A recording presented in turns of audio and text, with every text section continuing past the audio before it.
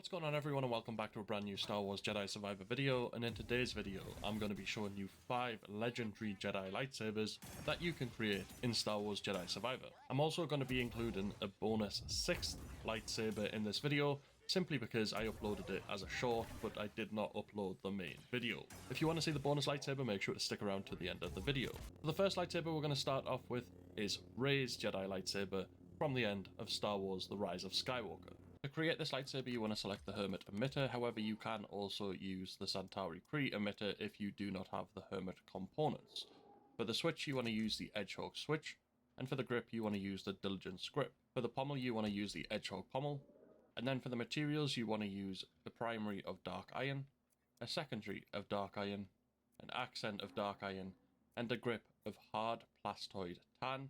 Leave your condition as pristine, however you can select whatever condition you prefer. Then choose the yellow lightsaber blade, and this will be the lightsaber you will be left with in Star Wars Jedi Survivor. I think it's a really good recreation of Rey's lightsaber in the game, and it's about as close as we can possibly get using the components available to us. The second lightsaber we're going to be taking a look at in this video is Leia's Jedi lightsaber from also Star Wars The Rise of Skywalker. To do this, you want to select the Eno Cordova emitter and the Persistence switch. You then want to select the Rebel Hero grip and the Jaro Tapal pommel. Now for the materials, I did go with a primary of Imperial Chrome and a secondary of Slivian Iron. So for the accent, I also went with Slivian Iron and a grip of Slivian Iron. And then I left the condition as pristine, selected the blue lightsaber blade, and this is the lightsaber you will be left with in the game. I think this is as close as we can get to Leia's lightsaber in Star Wars Jedi Survivor, and I think it is a good recreation and it's fairly accurate. The emitter and the switch aren't quite right, but I am quite impressed with the grip, since Leia's grip does have metal strips running up it. The third lightsaber we're going to be taking a look at is the Jedi Temple Guard lightsaber that we get to see a little bit in Star Wars Rebels, and that is known throughout the Star Wars universe. To do this, you want to go ahead and select the Hunter emitter, and then the Eno Cordova switch. You want to select the Centauri Kree grip, and then the Rebel Hero pommel, or you can use any other pommel in the game if you want to. Then for the second part of the double-bladed lightsaber, you want to select the Centauri Kree grip again, the Eno Cordova switch again, and the Hunter emitter again. For the materials, you want to select the primary of Plastoid White, a secondary of Electrum Plated, an accent of Plastoid Red, and a grip of hard Plastoid White. Or you can use a grip of Imperial Chrome, it's completely up to you. Leave the condition as pristine and select the yellow lightsaber blade, and this is the lightsaber you will have made in Star Wars Jedi Survivor.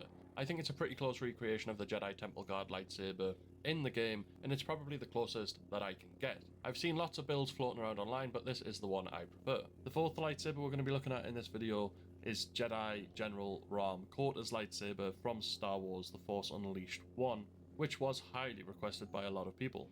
To do this, you want to select the Serenity emitter, and then you want to select the Eno Cordova switch. You want to select the Justice grip and the Assembly pommel. For the materials, you want to select a primary of dark iron, a secondary of metal alloy, an accent of dark iron, and a fabric of soft bantha leather. Leave your condition as pristine and select the green lightsaber blade, and this is what you should be left with in Star Wars Jedi Survivor. I think it's a pretty good recreation of Rahm Kotas' lightsaber in the game. The emitter is the only thing I think is letting it down.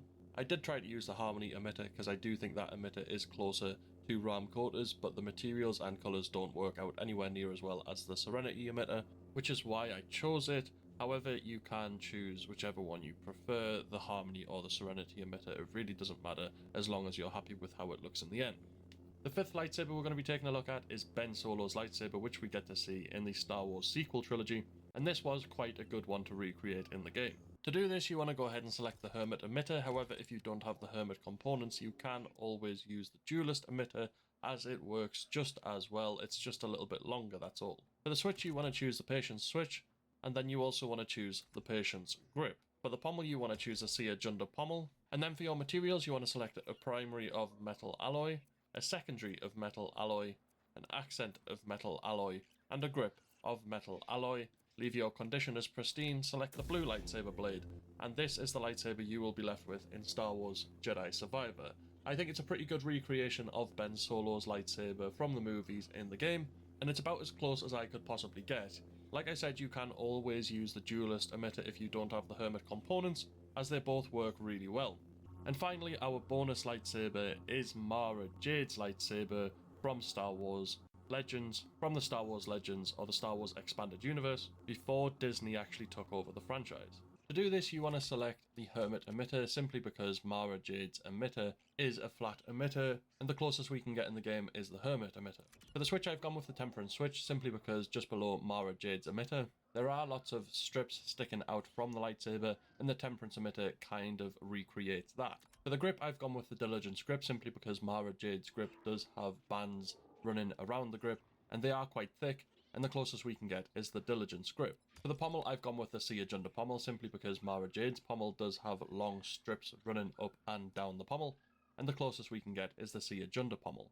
For the materials, I've gone with a primary of Imperial Chrome, a secondary of Plastoid Black, an accent of Imperial Chrome, and a grip of Imperial Chrome. I've left the condition as pristine and selected the Magenta Lightsaber blade, and this is the lightsaber you will be left with in Star Wars Jedi Survivor. This was quite a difficult one to recreate in the game simply because we don't have the right components available to us. We have to mix and match the components with the materials available to us in order to get the components as close as possible to the lightsabers we are trying to recreate, and I think I have done a pretty good job with this one considering. So that is it for our 5 legendary Jedi lightsabers that you can recreate in Star Wars Jedi Survivor, and our bonus lightsaber today, which was Mara Jade's. I do hope you've enjoyed this video, so please do let me know down in the comments section below which one of these is your favourite and which characters you would like to see me recreate in the future. Also, make sure to smash a like on this video if you have enjoyed it and to show support for the game and the series on the channel, and if you are new to the channel, make sure to subscribe to be kept up to date with all future Star Wars Jedi Survivor releases. But other than that, we'll see you in the next video.